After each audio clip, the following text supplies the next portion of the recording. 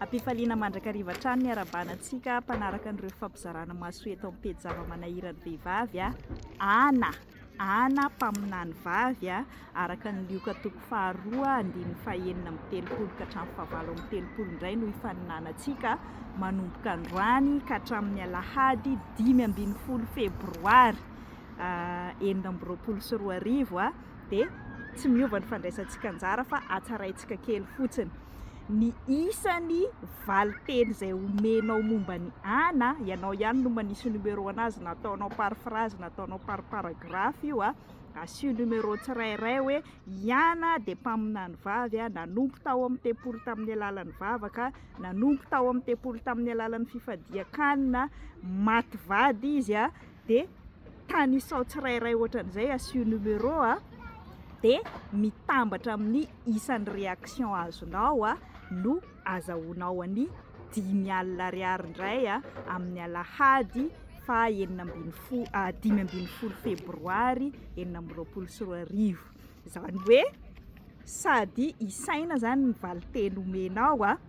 hatsaraintsika ny fandraisana anjara araka ny teneniko teo fois 10 points zany ilay valiteny. Ny valiteny ataontsika amin'ny compte be mihitsiny dia ny réaction comptitsika 1 point ihany. Zany hoe raha mahita valiny 10 zany ianao dia efa micompte 100 points zay miampy an'izay réaction anao. Zany hoe asitsika valeurany kokoa zany ilay fahafantaranao momba ny ana, fa tsy ataontsika tsisy dikany koa nefa ny fitaumanao namana hanao réaction amin'ny valiteninao, satria izay samy tanjona eto amin'ny pejy ny ahafantaranao sy ampitanao an'izay fantatrao momba ny ana sy mba hanaparitatsika n'ilay fampianarana amin'izay olona fantatrao koa. Zany hoe ny fandraisana anjara zany hatsaraintsika hatrany hatrany 10 points ny valiteny, 1 point de réaction dia zay mahazo fitambarany maro indrindra zany no mahazo ny 5,000 ariary indray. Araka ny lazaiko teo mpaminany vavy i ana araka ny lioka toko faharoa ny 5 amin'ny telopolo ka hatramin'ny fahavalo amin'ny telopolo. Fa ilay ana izay nivavaka tao amin'ny tempolo sy nanam-pinoana tahaka ny mpaminany vavy ana koa izay voalaza any amin'ny testameta taloha i ana reniny Samuela, ravivaviny Peniela araka ny Samuela voalohany toko voalohany fa ilay ana izay mitovitovy amin'ny Elizabeta ihany sady nahita ny tontolon'ny testameta taloha no nahita ny nahaterahan'i Jesosy tao amin'ny testameta vaovao no ianarantsika amin'ity volana ity. Araka ny efa hitantsika rehefa nianatra an'ireo vehivavy tamin'ny testameta taloha tsika dia isan'ny tena zava-dehibe mamaritra ny maha-izy azy an'ireo vehivavy ireo ny razam-beny. Nianarantsika ny fanesy teo ireo vehivavy rehetrarehetra voatonona anarana avy amin'ny taranaky Joda, tao anatin'izay Tamara, Rahaba, Rota, Batseba hatrany amin'ny Maria renin'i Jesosy avy amin'ny taranaky Joda. Voany anarantsika tamin'ny 2 volana teo i Elizabeta izay avy amin'ny taranaka mpisorona izy sady nanambady any Zakaria izay mpisorona be koa, zany hoe avy amin'ny taranaky Arona, avy amin'ny taranaky Levy samy zanaky Joda tamin'ny Lea daholo moa zany samy zanaky Jakoba azafady, samy zanaky Jakoba tamin'ny Lea, na i Joda na i Levy izay razam-beny Maria sy razam-beny Elizabeta. Fa i ana ilay mpaminany vavy ana kosa araka ny voalazan'ny lioka toko faharoa ny 5 amin'ny telopolo ka hatramin'ny fahavalo amin'ny telopolo dia zanaky avy amin'ny taranaky Asera izy, zanaky Fanuela taranaky Asera. I Asera dia zanaky Jakoba tamin'ny mpanompony Lea. Zany hoe zanaka mpanompo indray zany no efa fidian'Andriamanitra ho mpaminany ao amin'ny tempoly aty amin'ny andron'ny testameta vaovao. Efa tsy taranaky Arona fotsiny, tsy taranaky Levi fotsiny zany no fidian'Andriamanitra mpanompo ao amin'ny tepoly ary tsy lehilahy ihany ny mpaminany efa nianarantsika teto zany fa i ana koa dia vehivavy mpaminany tsy taranaky arona tsy taranaky levy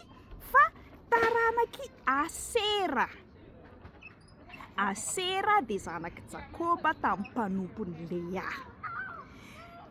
Inona ny tiana lazaina amin'izany? Aty amin'ny andron'ny testameta vaovao zany ny fanompoana tao amin'ny tepoly dia tsy ankinin'Andriamanitra amin'ny hoe lehilahy taranakiza intsony fa i Ana no isan'ny vehivavy nitory voalohany ny maha Andriamanitra any Jesosy. Rehefa nentin'i Maria sy Jôsefa nanaovana ny fomba jiosy mitovy amin'ny batisa fa famorana jiosy tao amin'ny tepoly Jesosy rehefa teraka 7 andro dia isan'ny nahita anazy tao amin'ny tepoly mpaminany vavy Ana izay vehivavy maty vady. Tamin'ny andron'ny testameta taloha moa mitovy amin'ny andro taloha rehetrarehetra dia mbola tanora kely eo amin'ny 12 taona eo dia alefa manambady ny zazavavy dia nanambady 7 taona fotsiny ny Ana dia maty ny vadiny dia nanompo tao amin'ny tepoly nandritra ny 420 taona ihany. Zany hoe tsy rehefa antitra ihany izy vao nanompo tao zany fa vao maty vady izy zany hoe teo amin'ny 20 taona eo zany i Ana dia tsy nanambady tsony izy. Afaka nataony niverina nanambady hitantsika tsara zany tamin'ny tantarany ireo vehivavy efa nianarantsika taloha fa afaka manambady indray mandeha dia efa maty vady indroa tahaka ny Tamara, efa maty vady tahaka ny Rota, afaka miverina manambady fa i Ana dia tsy niverina nanambady izy fa nanolo-tena nanompo tao amin'ny tepoly. Teto zany nefa nanomboka nisy vehivavy mpanompo sady mpaminany tao amin'ny tepoly, tsy hoe nanompo tamin'ny vavaka sy fifadian-kanina fotsiny zany i Ana fa sady nitory any Jesosy. Nahita maso an'ilay fahatanterahany testameta taloha izy hoe isy virjiny ananjanaka Maria sy Jôsefa amin'ny mampaminany azy, amin'ny nanoka tena tao amin'ny tepoly azy dia nanana fifandraisana manokana tamin'Andriamanitra izy ka afaka nanambaran'Andriamanitra teny faminaniana sy nahita ny fahatanteran'ilay faminaniana ka nahafantatra hoe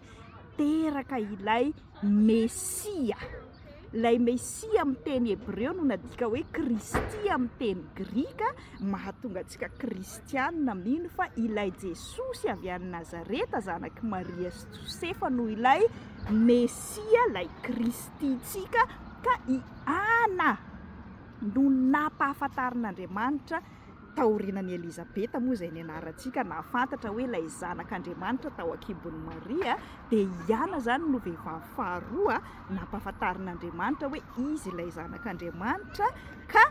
nitory izy araka ny voalazan'ny Lioka fa tsy hoe nahafantatra dia nangina fotsiny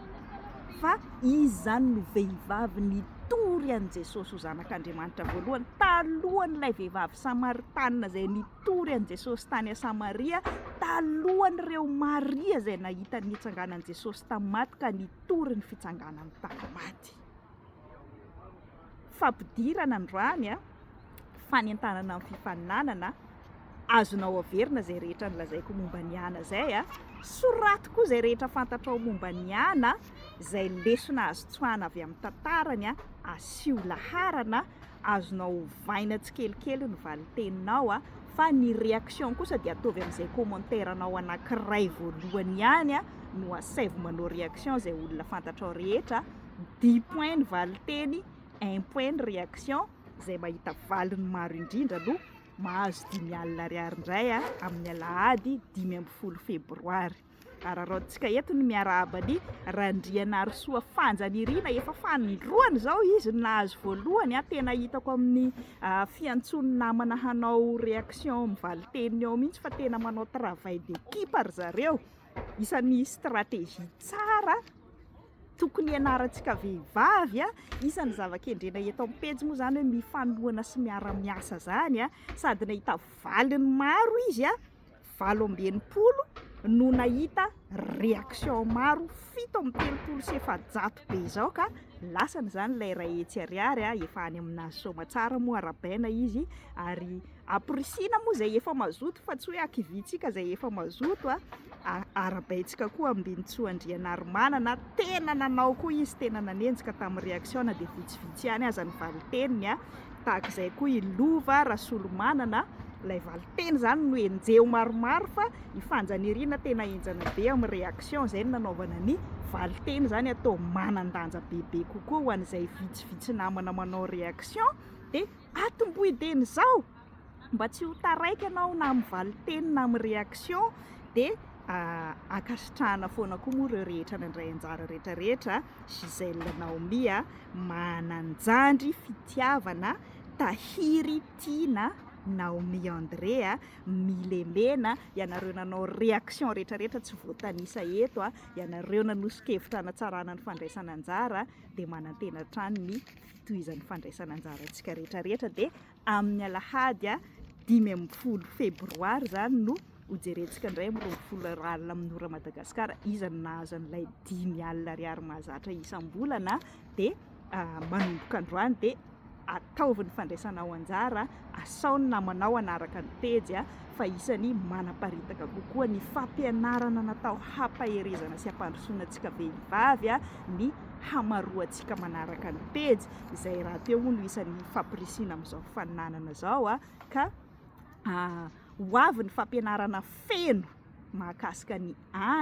ilaina koa moa zany ho anay mpampianatra indrindrandrindra no mahafantatra hoe inona no efa fantatra anareo ahoana ny fandraisanareo an'izany tantarany ana sy ny lesona telotry ny fampianarana zany mba ahafahako indrindrandrindra mampianatra koa mijery an'ireny valiteninareo reny dia mazava ho azy moa tsy dia misy diso loatra ny resina azo raisina fa mba manitsy kosa nefa izay tena hoe